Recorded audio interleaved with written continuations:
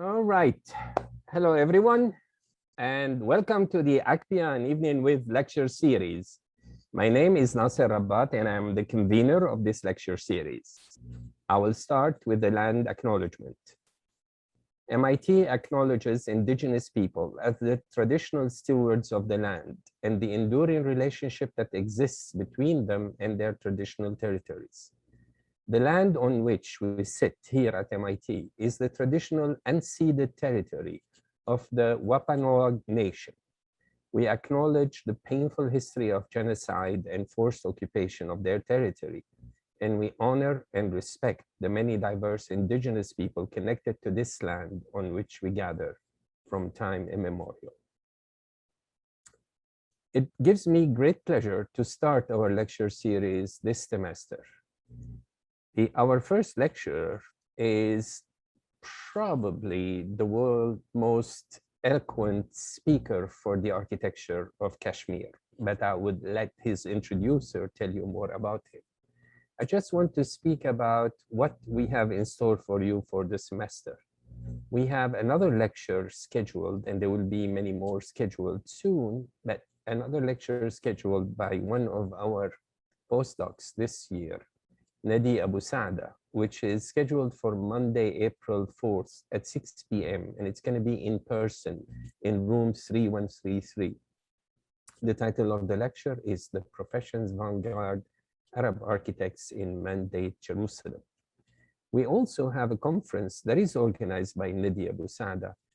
And the title of the conference is The Profession's Foundations, Architects and Architecture in the Modern Middle East. It will be held for a day in room 56154 here on MIT campus on Saturday, April 30th, starting at 9:30 in the morning.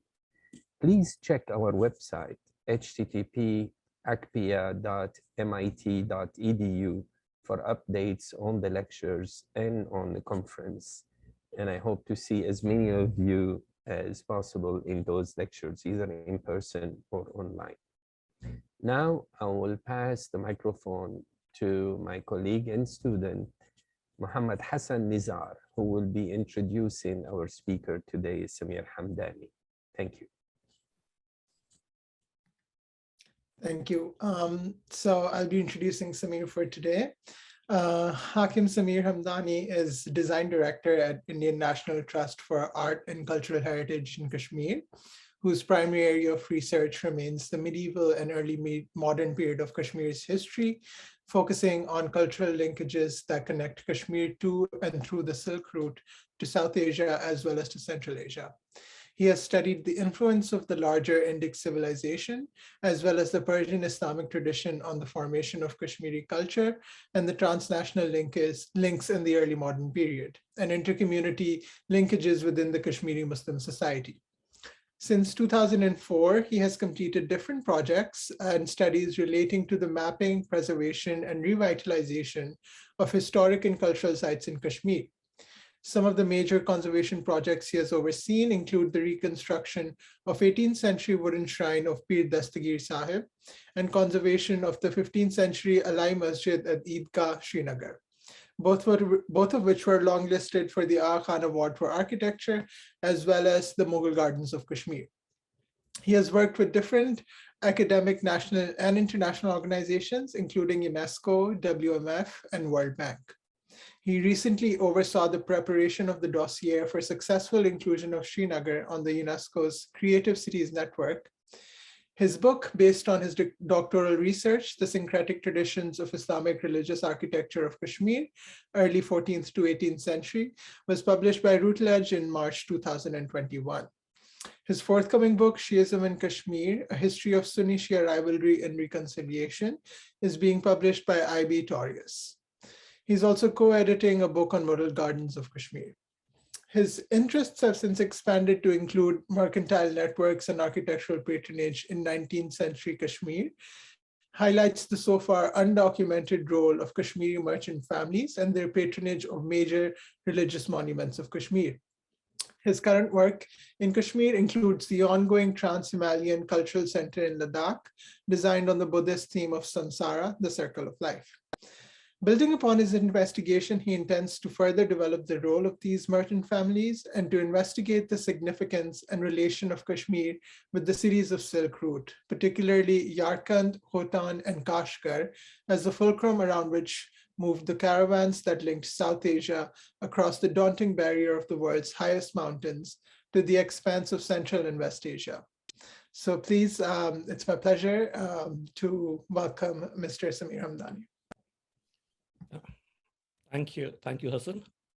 Let me start by thanking AKPIA for having me here at MIT, and it's been a really pleasant and interesting period in spite of the fact that of COVID, my experience around here. So let me start, because I always make a mess of acknowledging Nasser, Homa, Nadi, Jose, as well as Hassan, Bushra, and Barry for holding this meet. I would also like to thank the Aga Khan Documentation Center, I think they call it AKDC, especially Noor as well as Matt for their help in sort of resourcing out some of the archival images and material that are located with AKDC, including a series of images from 1989, basically. It's a period when the team of students from MIT went to Kashmir and documented extensively around that region.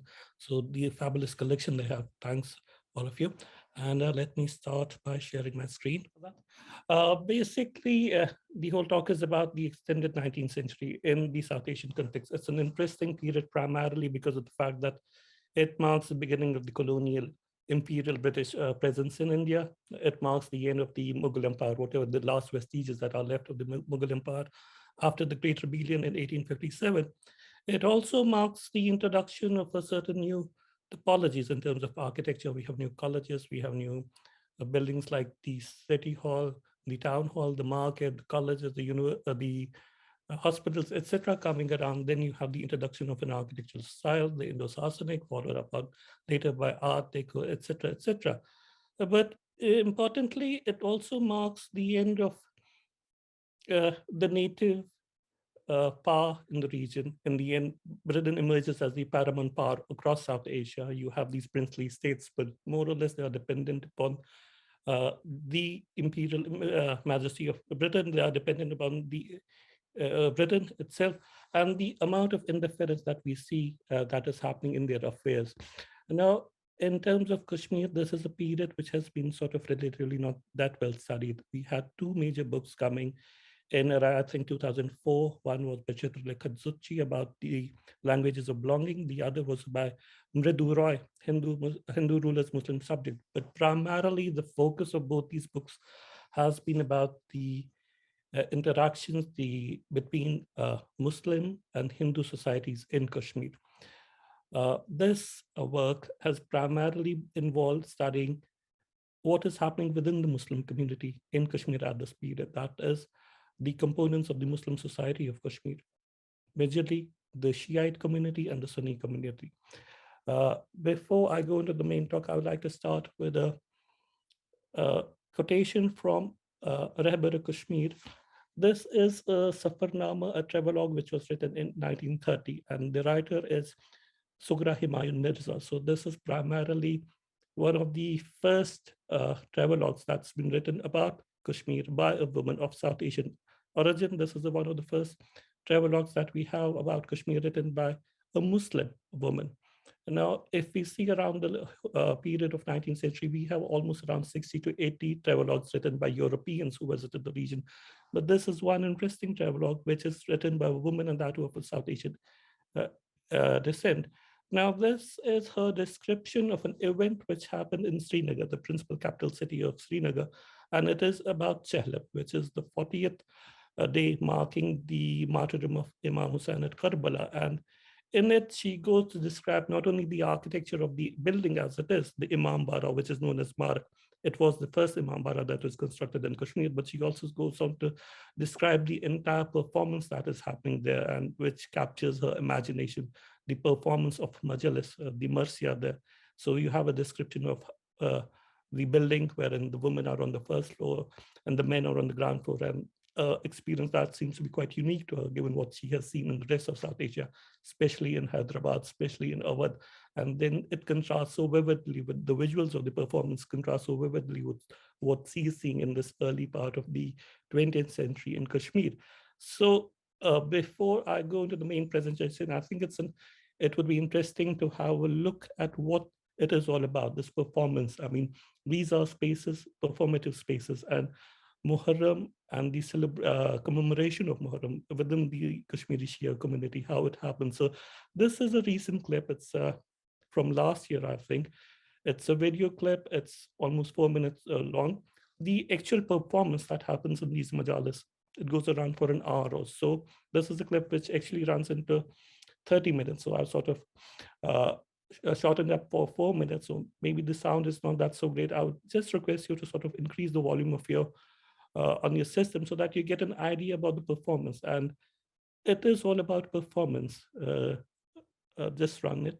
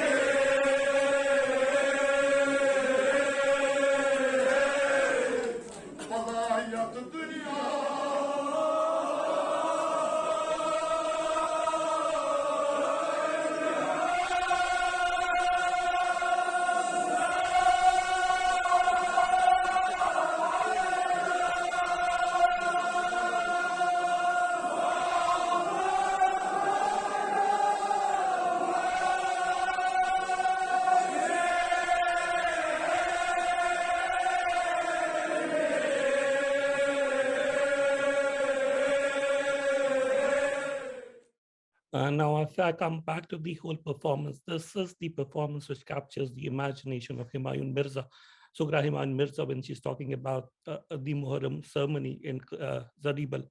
But if you analyze the text, you realize that for her, barring for the performance, the event itself is a normal occurrence, which you would expect in any city happening. It's a part of the commemoration. It's a part of the process of celebrating any religious occasion, which happens in the daily normal course of city life. And it can be a part of any religion, any sect as it is. So for her, the performance is unique. Maybe the setting of the performance is unique, but the event itself is not unique. That is something that is taken for granted as an occurrence. But if we, in case we see in Kashmir, this enactment of the Muharram Majlis, this sort of in the existence of imāmbāda is not a normal day-to-day event. It's something that is that comes into formation almost after a century, after the entirety of the 19th century. This is a letter which has been written by Hakim Azim, who served as the chief physician to Maharaja Gulab Singh, the first Hindu king of Kashmir. And in this, he writes about the period preceding 19th century during the reign of Afghans, when Abdullah Khan was the governor of Kashmir. And he speaks about the fact that there has been a commotion in Zaribal, primarily because the Shias attempted in setting up a Muharram Majlis. And then he goes on to the extent of saying that Abdullah Khan, the Subedar, the Afghan Subedar at that period, went to the extent that he wanted to sort of erase out the name of Hussain and erase out the remembrance of Hussain from the land of Kashmir. So it shows the remarkable progression from a later part of the 17th century, early part of the 18th century to the 19th century, when the celebration is so much a part of the city life in Srinagar. Now, before I go into what the reasons are, this gives a brief idea, the chronology of the spread of Muslim rule in Kashmir and the arrival of different factions and Sufis and sects in the valley. So more or less 1320, 3021 is the date when we say that we have the first Muslim king in Kashmir, and he is not someone who is a part of the expansion or the sort of the conquest brigade which is coming from the west, but primarily he is a Buddhist who comes from north, converts to Islam and assumes the name of Sadruddin, becomes the first Muslim Sultan. Then in 1339 we have the Kashmiri Sultanate set up under Sultan Shamsuddin. Now the Kashmiris are a dynasty, Muslim dynasty of Turkish origin, but they were residing in Kashmir at this period, and they are also a dynasty of Sunni in terms of their sect. They are followed by the Chak Sultanate. So the Chaks are Shiites. They briefly ruled Kashmir between 1555 to 86, when Kashmir gets annexed by the Mughals, and then you have this long period of Mughal rule way up to 1772, and in between 1772 to 1819, which is almost the starting part of the 19th century, we have a period of the Afghan rule followed by the Sikhs. Now this start of 19th century in a way marks the end of almost 5 centuries of Muslim rule in Kashmir. So from 1320 up till 89, it's been a continuously Muslim ruled area. And as we come to the 19th century, we see that to a large extent, Kashmir remains a Muslim majority area. And in an area, especially as we come towards the later part of the 17th century, even 18th century, we see that the Muslim society is marked by a division, a very manifest division between a Shiite identity and a Sunni identity, an identity which is confessional and is also reflective, in which the city is organized and its functions.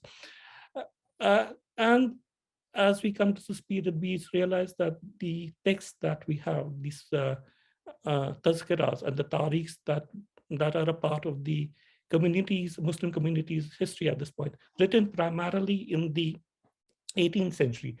They describe a certain moment of arrival of Islam in the region, and they also describe what Muslimness means. most of these texts, and here I would stop for a second. This gives you an idea about the city. So you can see there are these pockets of Shiite population on the top, which is at the Zaribal and the Hasnabad area, the two marked in the purplish circle. And then there are these small pockets of Shiite mohallas or neighborhoods within the city, the largest city as it is. But primarily, these are figures that come from 1873. That's almost towards the end of the 19th century. For within the city, the Shia population is a minuscule population, so almost 5% of the total Muslim population. But for the Shiites, half the population of the Shiite population is urban-based, that is located within the city. And if you see, while there are mixed muhallas, and the blue dots do represent muhallas which are located within the neighborhood surrounding Sunni neighborhood, most of the major Shia dominated areas are located on the periphery outside of the historical city, historical settlement. Again, this gives you an idea about the sacred landscape of the area. All the gray spots represent what you would call the Muslim shrine, the Sunni shrines in the city. And again, if you see the red color shrines, these are red color squares. These mark the presence of Shiite shrines. And at the start of the 19th century, all three, the one at Zaribal, the one at Roza Amir near Zaribal, and the one at the imāmbāda, Hasnabad, all of them are in ruins. None of them are existing functional places of worship. So what you have is a preponderance of Sunni shrines that are spread across the breadth of the city. And in the periphery, you have three sites which mark Shiite presence.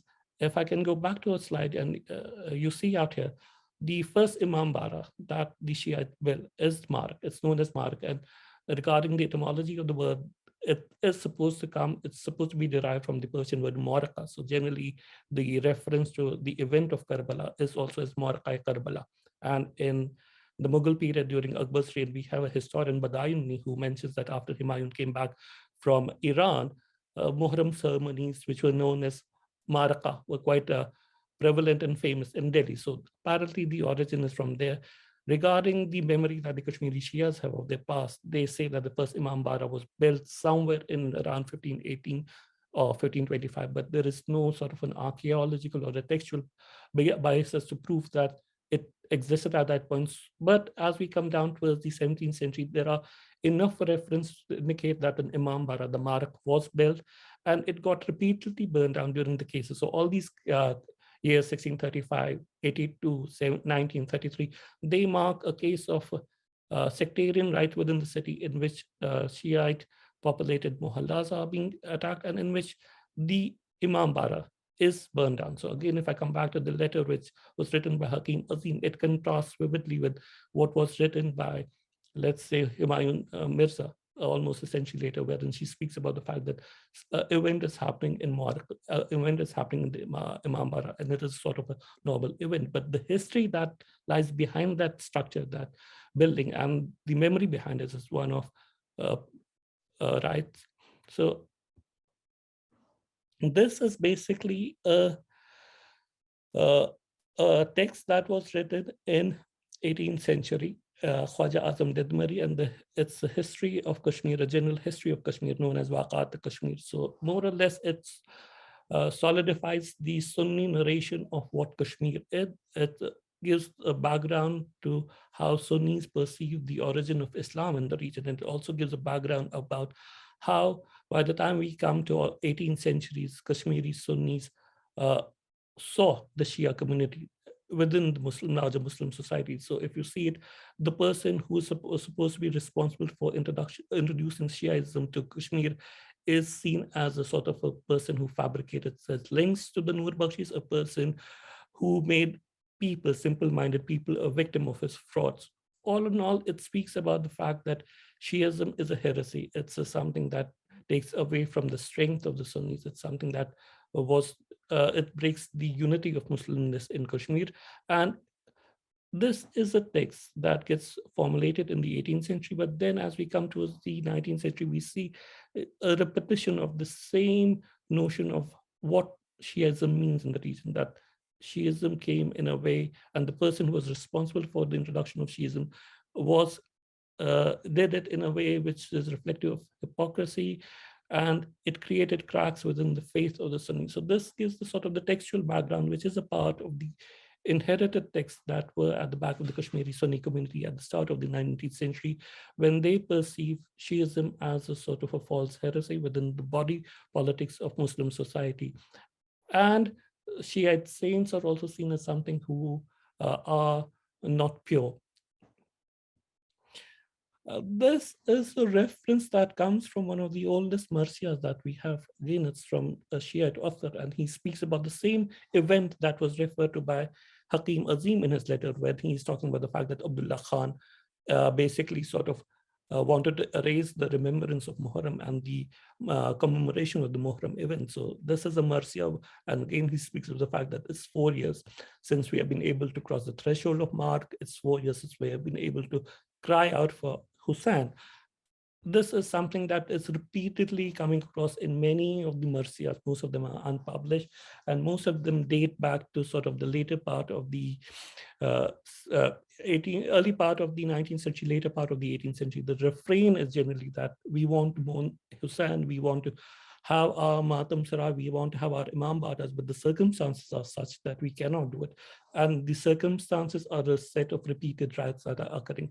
Now, the riots are mostly happening during the Afghan rule of Kashmir, which is the period 1750 to 1819. And the sheer memory of this period is primarily that this is a period of extortion, it's a period of sectarianism, rampant sectarianism in the city. But to a large extent, it is not a true reading, because we also see that during this very period, we had Afghan Subedars who were of Shiite origin, especially Amir Khan Jawansher, who ruled for a large amount of time. So basically what you see is that the Afghans were indifferent rulers. They rather never cared about the Kashmiris in totality. But then there is the tendency within the city, in the urban elites, to sort of seek favor with the Afghans. And the only possibility that they seek is trying to appease to the sense of Sunniness, the sense of sectarianism, which is also part of the court. So the incident we have around here is from 1801, when, again, during the Afghan period, we have a report of clash between the Shias and the Sunnis, resulting in the sort of the dismantling of the imāmbāda. Now, the Sunni version of the events always comes back to the fact that the Shias were engaged in acts sort of in which they did which is sort of they use abusive language against the companions of the Prophet, etc. And as a result, the Subedars, the Khans or the Qabas, they got enraged.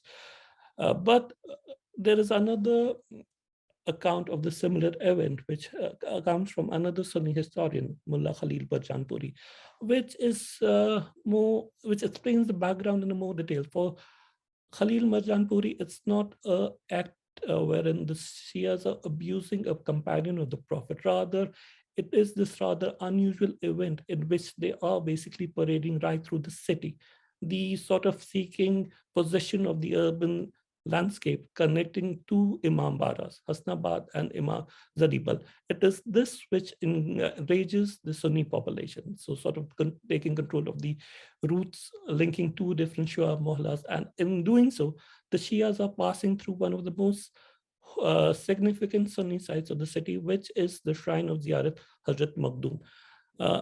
Sheikh Hamza Makhdoom is seen in the Sunni version of Kashmiri history as that pivotal sheikh, the person who was responsible for reviving Sunnism in face of the Shiite rule, which happened briefly in Kashmir during the Chak period. So he's seen as the face of Sunniness. So here we have a procession marching from Zadibal, which is a Shia-dominated area, on one side towards Hasnabad, another Shia-dominated area, and it is passing right through the heart of a prominent Sunni shrine. And it is this passage through that site, which is basically the which is basically the cause of the disturbances between the Shiites and the Sunnis. Not Shia need to commemorate Hussain, not the Shia need to sort of take out a murder in procession, but the fact that this procession is passing through a sacred Sunni site, that is the reason why the riot comes into being. This is again a sort of a reference from a travelogue of European travelogue who speaks about the fact that yes, this event happened.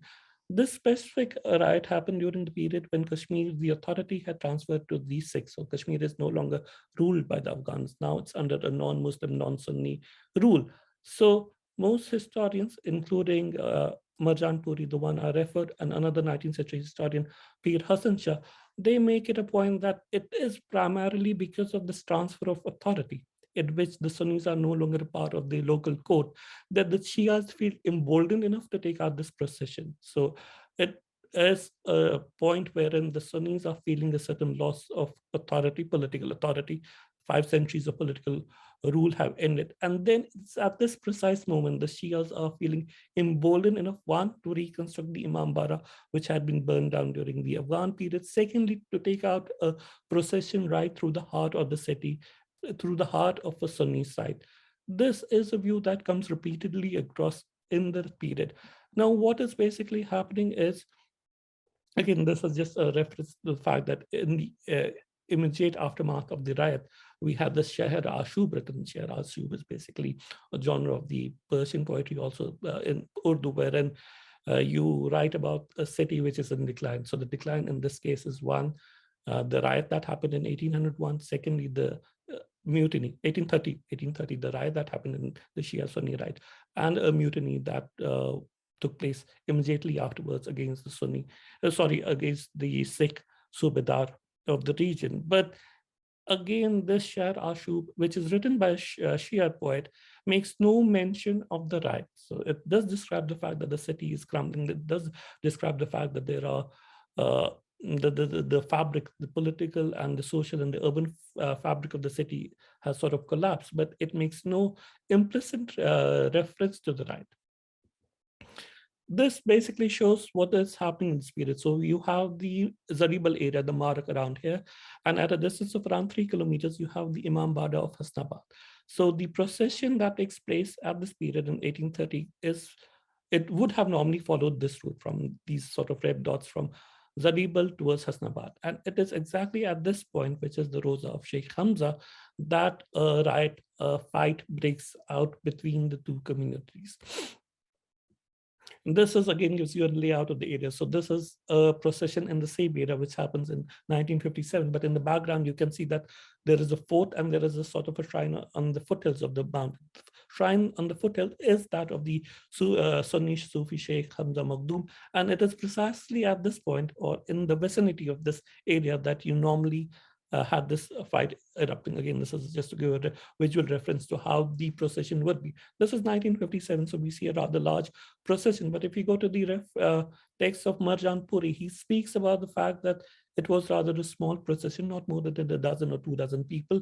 And this event primarily comes into existence, not because of Kashmiri Shias, but because of the presence of Punjabi and Hindustani Shias who are a part of the entourage of the Subedar, the Sikh Subedar. So in a way, it is the non-Kashmiri Shias who are enabling the event, who are enabling this procession within the city. And as a consequence, the Sunnis on the surrounding area, they fall upon this procession. Now, at this point, we find that in Kashmir, we have a school which comes from Mullah Muqim. So he is a student of a prominent Safavid period Shiite ulama, Sheikh Khurram Amli. And from his school, there are 3 persons who come out. One is Mullah Fazl Ansari. One is Hakim Azim, who's the chief physician, and the letter I referred to was earlier from him. Secondly is Hakim Mehdi, who is the prime minister at Awadh.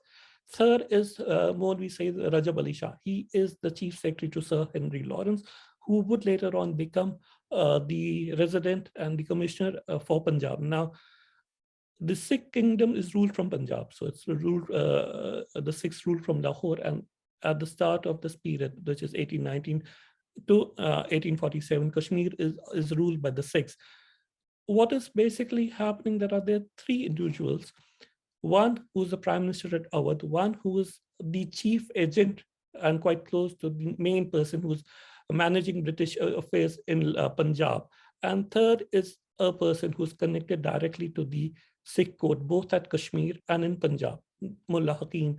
So they in themselves become responsible for rebuilding Mağarak, which is the imāmbāda in Srinagar, They are also responsible for setting up the imāmbāda as a seat of not only Shiite commemoration of Muharram, but also of Shiite learning. So what happens is that Mullah Fazl Ali Ansari, he is a Shia who is residing in rural Kashmir. They invite him over to come to Srinagar, migrate to Srinagar city, and then establish him at the imāmbāda at Mārek to preside over the ceremonies.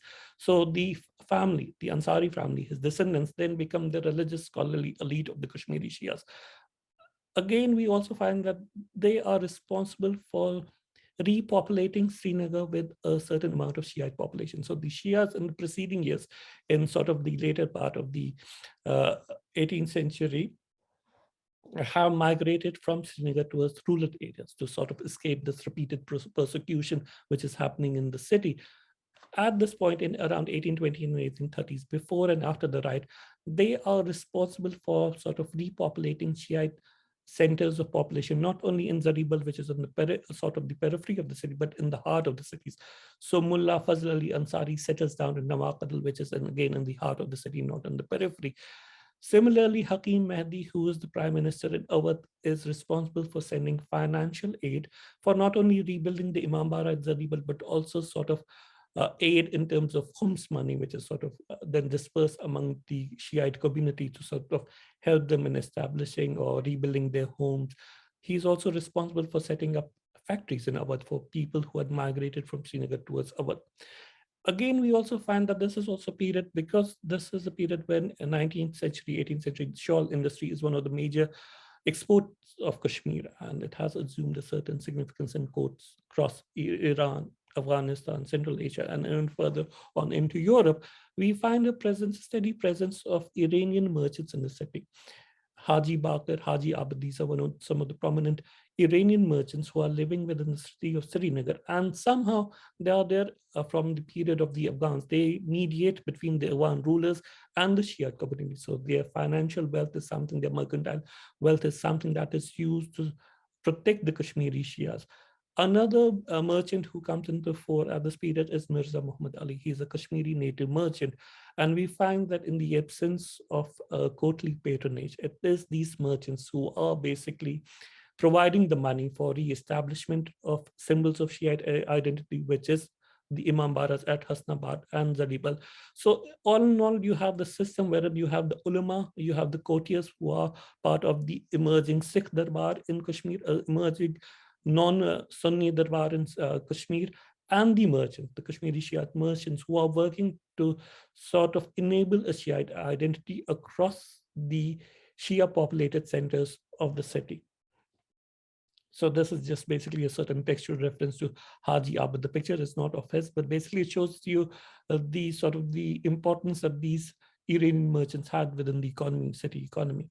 Now this is what is happening. So these are basically Akhbarat, which is a series of 12 volumes of diaries located in the Research Library Kashmir, which speaks about the entirety of the early of the Sikh and the early Dogra period in Kashmir.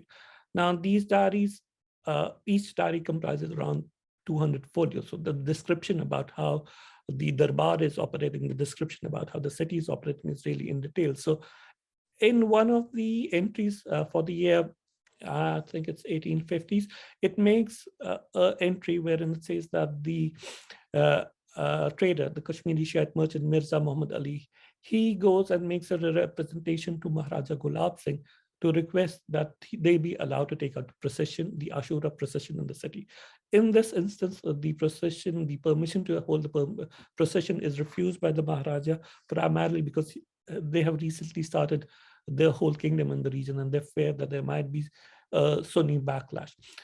In somewhere down the lines in the year 1855, the manuscripts tell us about the fact that Muharram ceremonies are in fact being held in Srinagar, and the court is aware of them, and the court is giving them permission to hold it. Again, this contrasts rather strongly with the fact that at the same period, the Kashmiri Sunnis were prohibited from holding prayers in the main Friday congregational mosque, the Jamia Masjid. In fact, during the Sikh period, preceding to the Dogras, during the Sikh period, the call for azan was forbidden. And one of the most revered Sunni shrines in the city, the Khānaqāh-i Mʿaulā, it was threatened to be demolished. Many mosques within the city, primarily Mughal mosques within the city, were sort of confiscated by the Sikhs. But the Shias were given that space to sort of enable their presence across the city by making the imāmbāda functional. The reason primarily is that in the Sunni, in the sort of the Sikh court as well as in Dogra court, you find a presence, a steady presence of certain Shiite courtiers, Hakim Azim being one of them. He is the chief physician to the Maharaja. He's in charge for his department of sericulture. And at this period, the two main sectors, the two main industries in the state are sericulture and shawl industry. The Maharaja holds him in great respect. So you see that the Shias at the court are using their positioning and their sort of relation with the Maharaja, with the Darbar, to sort of formulate a relation in which they can re-establish their symbols of communal identity or sectarian identity. Additionally, the Wazir Hakim Azim is also a poet, and he starts taking to, he in this period starts writing marsiyas, that is the elegies for Hussain. And over a period of around 50, 60 years, his family produces more or less 22 elegy writers, Marsiya Khan, in the city. So the whole, I would say, the whole impetus that is given to the notion of commemorating Hussain comes from him, his family, and the people that he has sort of co-opted into this enterprise of making the Shiite presence felt in the city. Now, what happens that at a certain period, as these things are formulated, as these things are happening in the city, we see a riot in the city, which happens in 1870. Now, this is a period wherein imāmbāda has been reconstructed. There are no Muharram processions happening in the city, but the majalis and the imāmbāda are happening.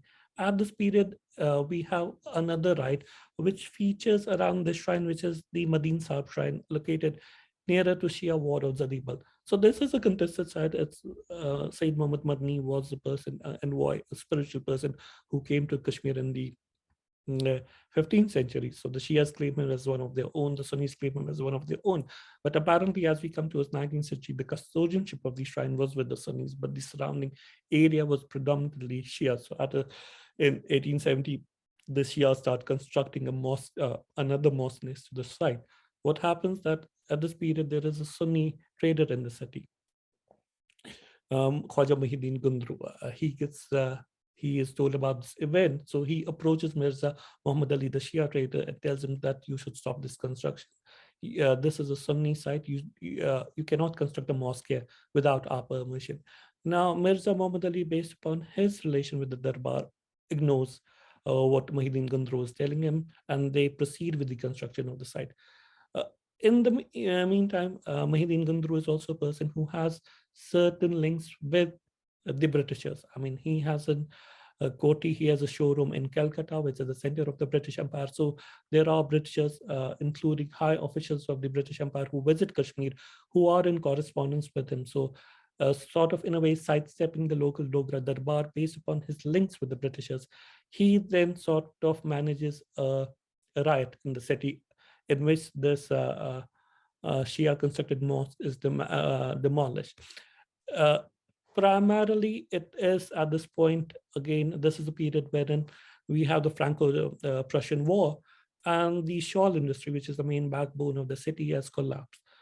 In the city at this time, most of the, not all, but a majority of the merchants, shawl merchants are Shias.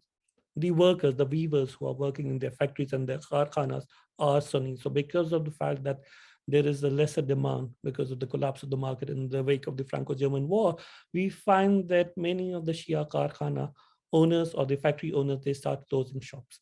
And while they are doing it in a manner in which they're still retaining their Shia weavers, but they are sort of offlaying the Sunni weavers. This creates a certain amount of resentment in the city life against the Shia kharkhana owners. And Muhyiddin Gundru is a person who's also competing with Mirza Muhammad Ali in terms of being the leading merchant of the city, the Malk-u-Tujjar, the head merchant of the city. So there is this personal rivalry between a Shia merchant and a Sunni merchant. And then there is this surrounding event in which the Shia merchants are sort of laying off their Sunni workers, while others still retaining their Shia workers. So the result is a certain heightened tension in the city, which then is used as a pretext for a riot which happens in 1870. But as compared to the earlier riots, we find that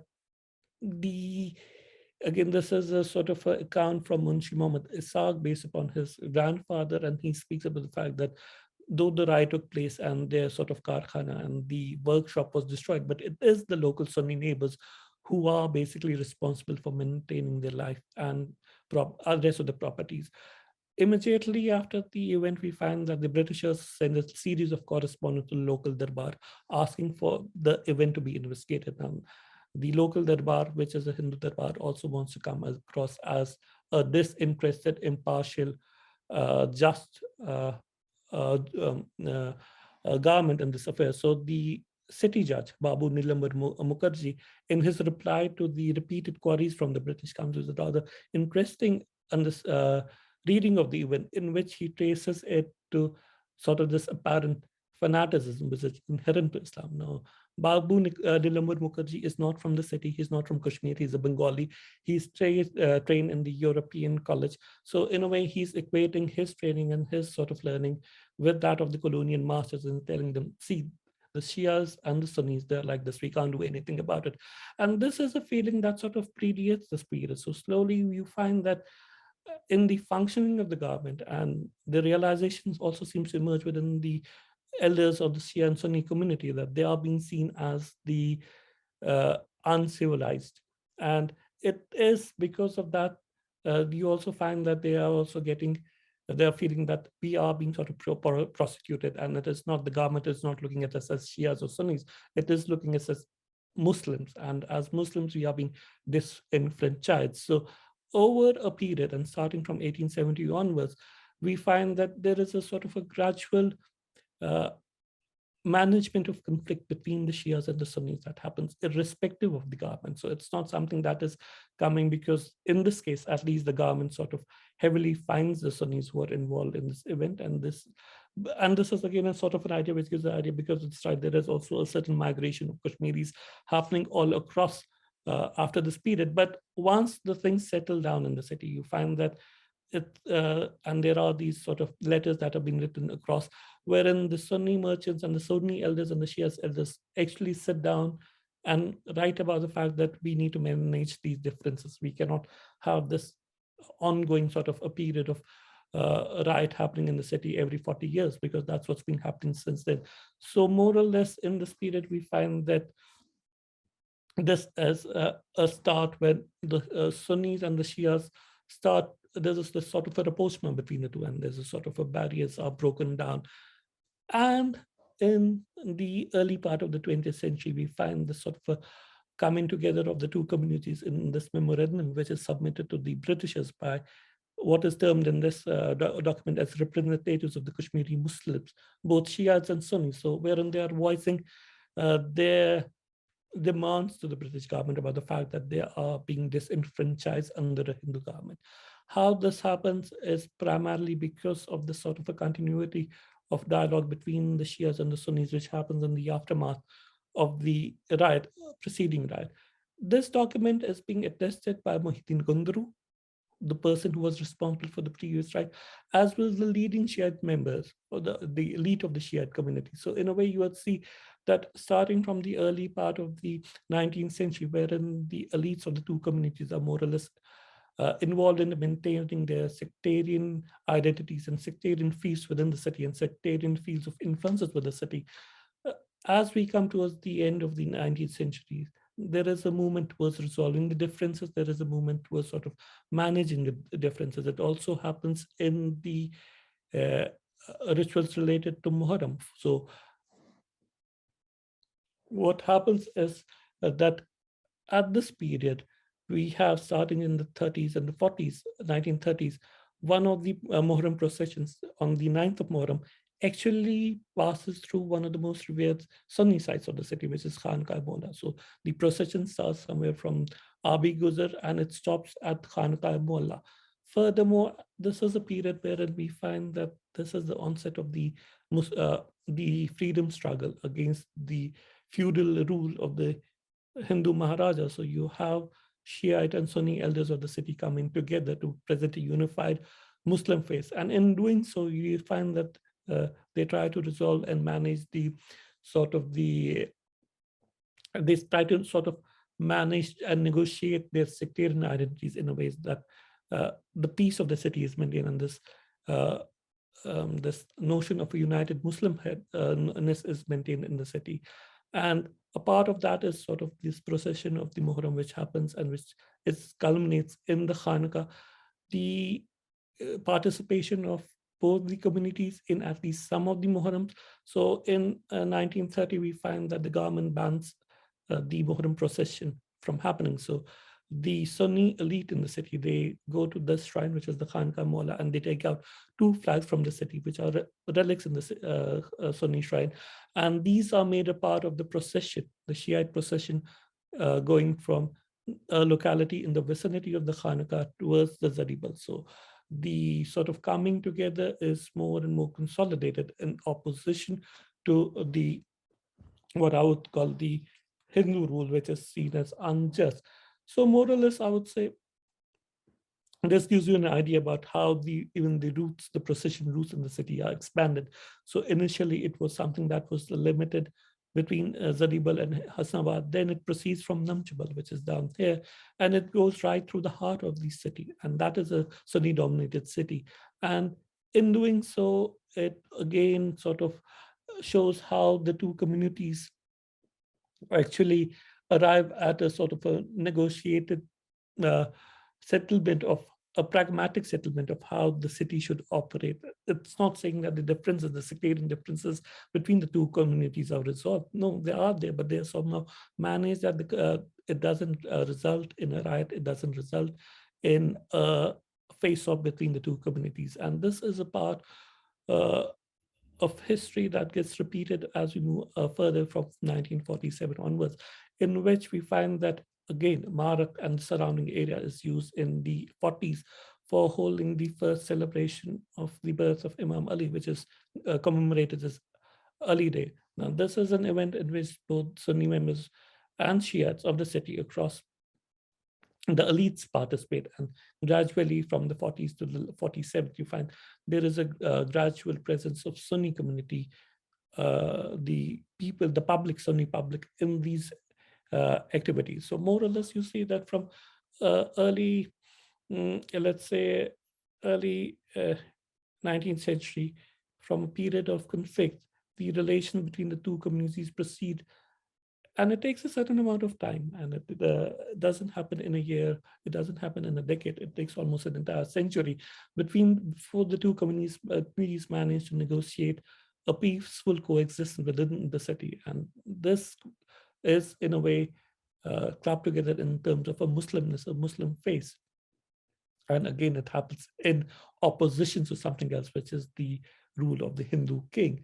But it is something that in a way shows how, to a large extent, we could say that this could be an argument which could be said to say that, yes, there are conflicts, and yes, there are ethno-religious identities, but these are not sort of commutable. I mean, your political presence and the actors who are responsible for it can manage the differences towards a peaceful coexistence. And I think I'll stop at that. Thank you. Thank you, Samir Hamdani, for your interesting lecture. It was very fascinating to me to learn about the history of Shia-Sunni relations and conflicts and how it affected the architecture of shrines, like building, rebuilding them, etc. I'm sure the audience have a lot of questions. So the Q&A is now open for them to put their questions.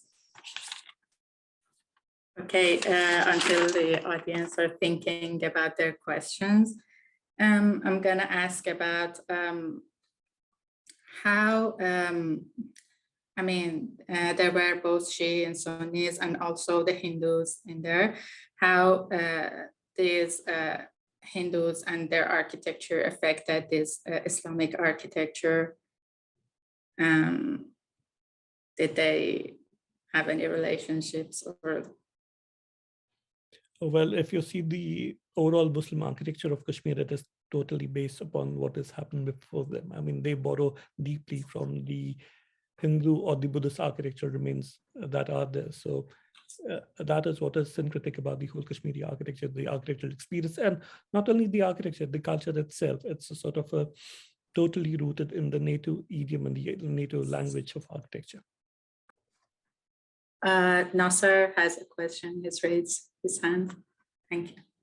Well, it's a follow-up, Samir. I mean, when I am somewhat familiar with the architecture of Kashmir, much less familiar with the architecture of Indonesia.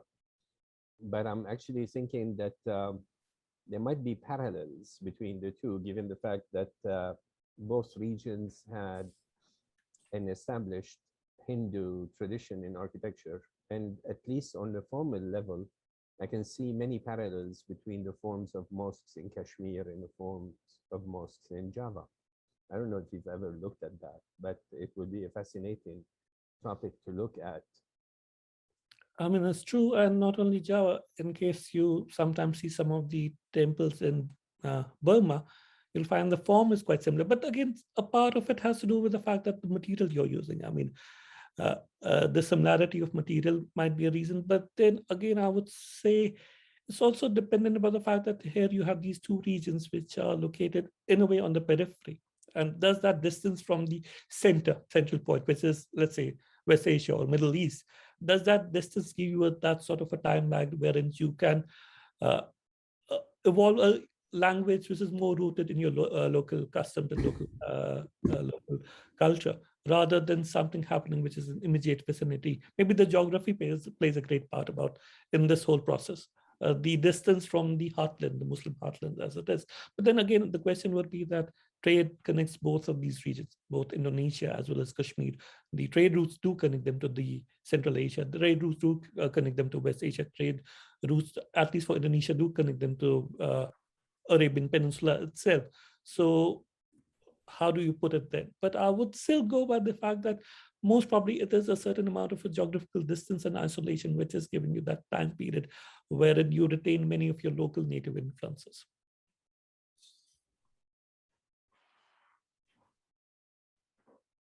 Next question is from James Westcott. You can ask your question. Wonderful. And thanks very much, Samir, for your presentation this evening. I learned a lot.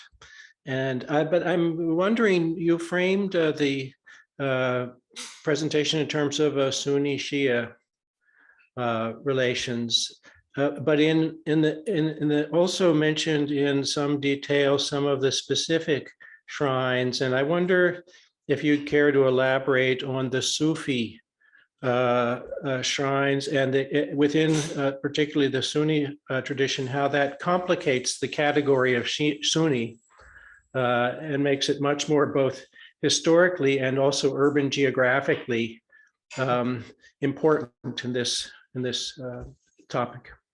I mean, that's really interesting the way you put it, because let's see it historically.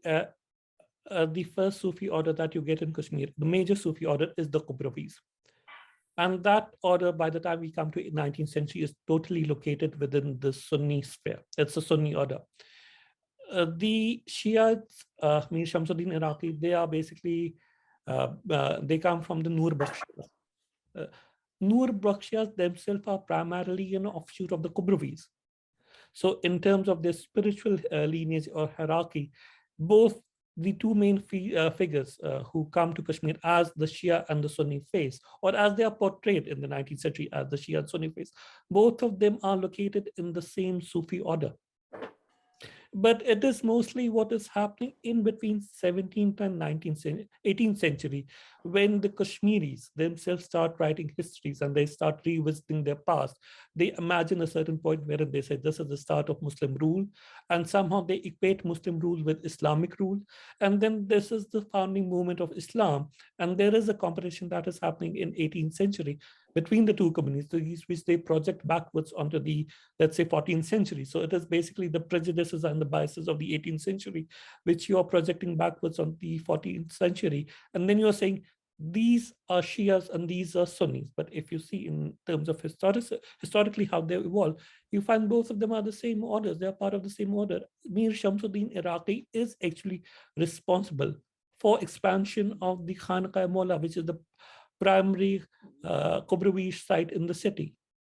But once you come to 18th century and 19th century, you want to sort of more emphasize on the differences, which were not that apparent at that period. I mean, let's assume even in terms of rules. So you have the Shamiris who are projected as the Sunni sultans, and you have the Chucks who are projected as the Shia sultans. Mhm. But at their period, when there was conflict, or when they were sort of, when the Chucks succeeded the Shamiris, they had already married into the family. So the first Chuck king actually replaced his nephew, who was a Shamiri. There were intermarriages between the nobles. And it is not that the Shia nobles are supporting the Shia king and the Sunni nobles are supporting the Sunni king. It's nothing like that. It's a competition based upon your political interests, how best you can think about it. But one thing is sure, that by the time you come to 19th century, the mood of these Sufi orders becomes very conservative. So initially what was happening in 14th and 15th century, when they are relatively more open to local culture and assimilative, by the time you come to 19th century, they are very orthodox. Again, most of these orders are primarily based in the cities. At least their leading figures are based in the city. So the orthodoxy is also a part of the urban elite, who are very textual in their interpretation of Islam. So again, you also see this is a period wherein you have a good amount of Naqshbandi influence on the Sufi orders. So though the Naqshbandis are never the prominent, dominant Sufi order in Kashmir, but their presence in the ulama class, in the people who are going to write your tazkiras and the people who are going to write your tariq, is very heavy. So like Dadmari, Khwaja Azam Dadmari, the person who sort of envisages a Sunni and a Shia past, is himself a Naqshbandi. So it is basically the men who are the men of letters, the men who are actually writing about your past. They are part of a Sufi order which is more inclined to see the Shias as the others, rather than the Qubriyas, who at a certain point were basically a part of the same process. In fact, as late as, say, 20th century, I mean, in Kashmiri shrines, if you see, there is this phenomenon which we call as Anwar, which is basically there are different windows in the shrine. And on a certain particular day, a certain particular family, which is related to that Sufi order, has the control of one window. I mean, they get all the donations at that window. Till almost early to, let's say, around 1930s, one of the Anwars at Khānaqāh-i Mʿaulā, which is the principal Sufi shrine of the city, was with a Shia family. Mhm.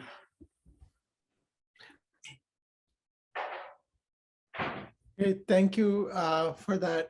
We have another question. So this is from Shiraz Hajiani, and he's asking, you mentioned that Shia officials under the Sikh leaders restored the imāmbādas and tie this to a reassertion of identity. How do you see the tie between buildings and Shia identity? Is it to do with rituals or attendance, or how does this identity manifest day to day? I mean, primarily it is operated on a performance, the performance of the Marsiya. And Māraq is just one singular point, one singular space in the physical map of the city wherein this event takes place. Primarily, it's all about that ritual or the performance of the Marsiya, which is governing the whole idea of what the Shia identity means. The Māraq is only the space wherein you can actually enact that Marsiya. So if you see from a period in this 19th century, we have almost 300 Marsiyas that are written in this 100 years period. One family, which is the sort of the family of the courtier Hakim Azim, and he is again followed by his nephew, grandson, great-grandson, who are all a part of the Darbar. All of them take to writing to Marsiya, 17 members in one single family. I mean, it shows where the resources are going. And I mean, I had some issue with the presentation, so I just ran through it. In case you see the plan of the Māraq, it is again a courtyard plan. It is based upon the Jamia Masjid, wherein the central portion is covered. But you have the 4 cardinal directions. In the West, traditionally, it would be a mihrab. But for Māraq, it's a doorway. You have 4 doorways on 4 sides, because it was never meant to be a place of worship wherein you engage in congregational prayers. It was just a place which you would engage for a ritual enactment of the Marsiya. So this idea is commemoration, and the commemoration comes from the enactment of the Majlis, which is a recitation and the performance of the Marsiya. Thank you.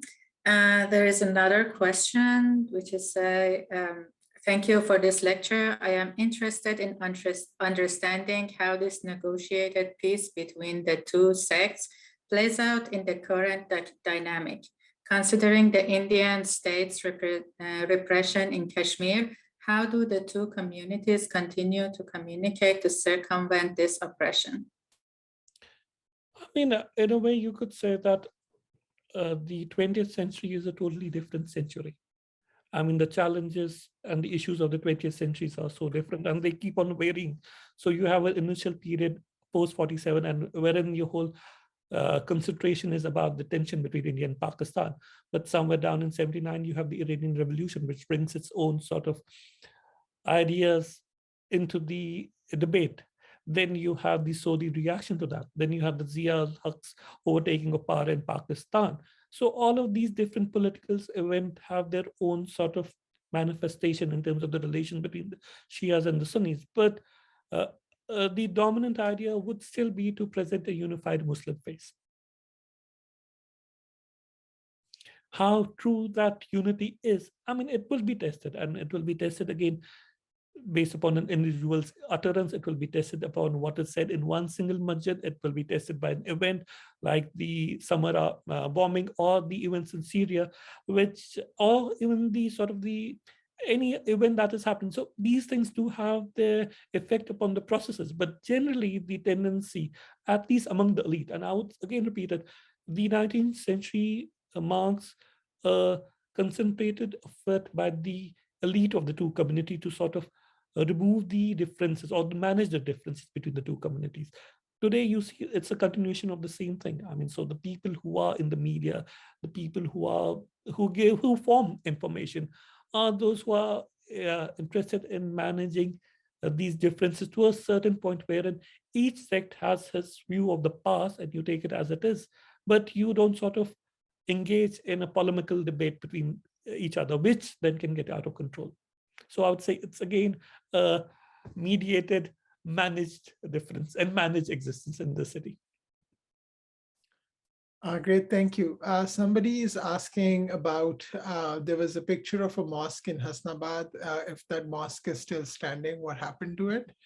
And I sort of had another question. I just wanted to, I'll just say it now and then you can answer the both together.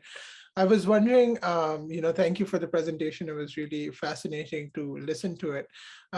Kashmir also has a very rich Buddhist history. So I'm just wondering, just to sort of like murky the situation a little bit more, I'm wondering, how does that play into the architecture of the area, whether there are trends or, when you talk about the idiom that's rooted in Kashmir, the architectural idiom or the local architectural idiom, does that also sort of incorporate any Buddhist elements?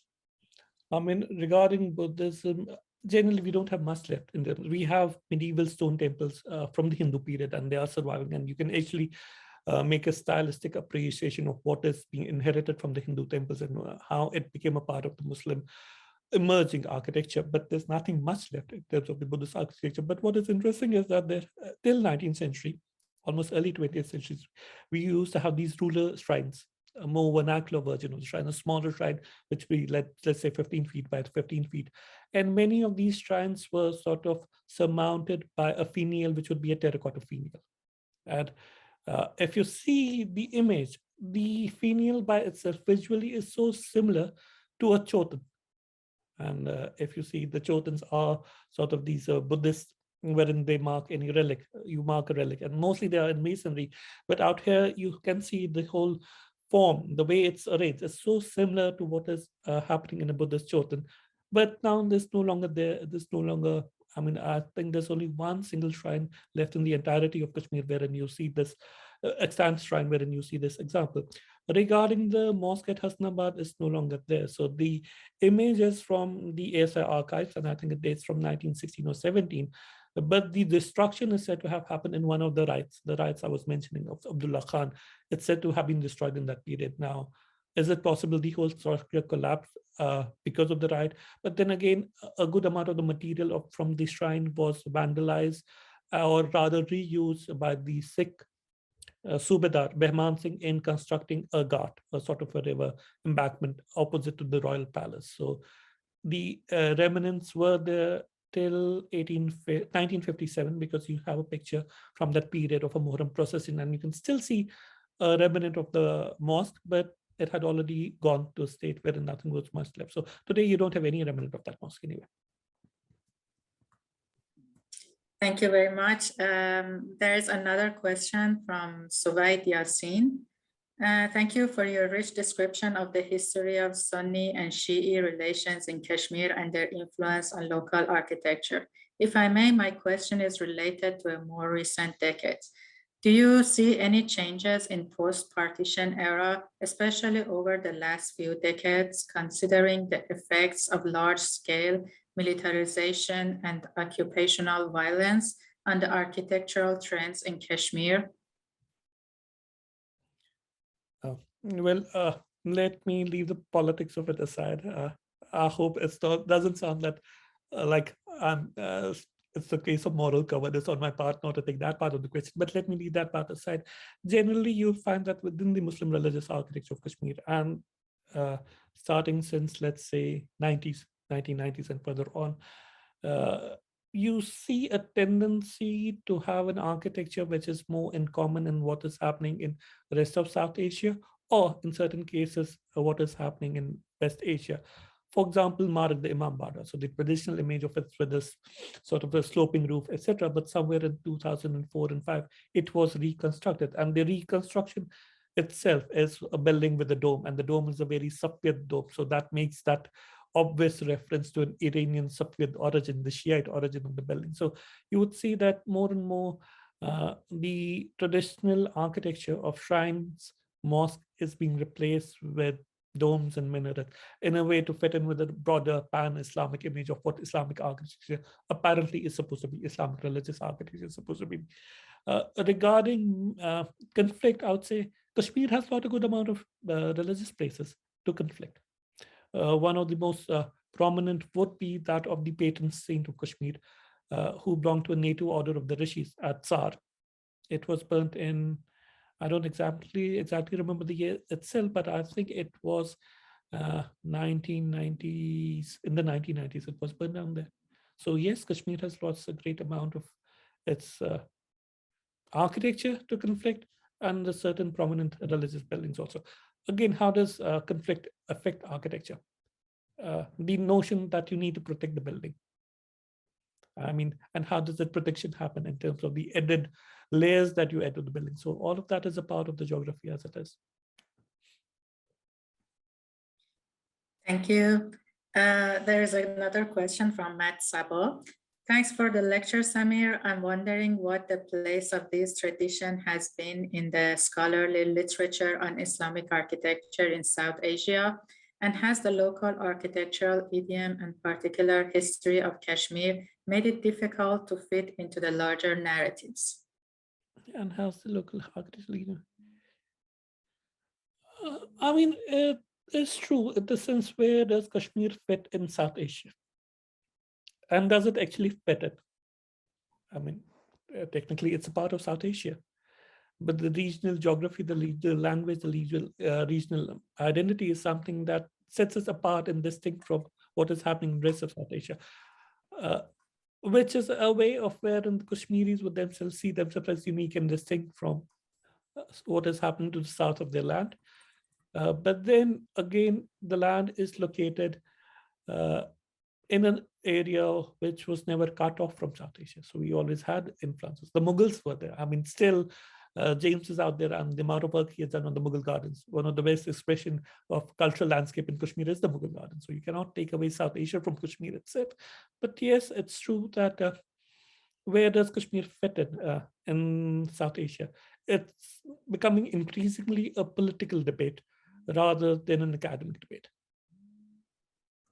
Well, thank you, Samir. This was a wonderful lecture, but even more wonderful, the vast knowledge that you have of the history of Kashmir and your ability to move from time and place and sects and connect them all together. We are all the more knowledgeable about Kashmir now. And I thank you all for being here and hope to see you all in future activities of the Aga Khan. Please keep an eye on our website. There will be more lectures announced very soon. Thank you and good night.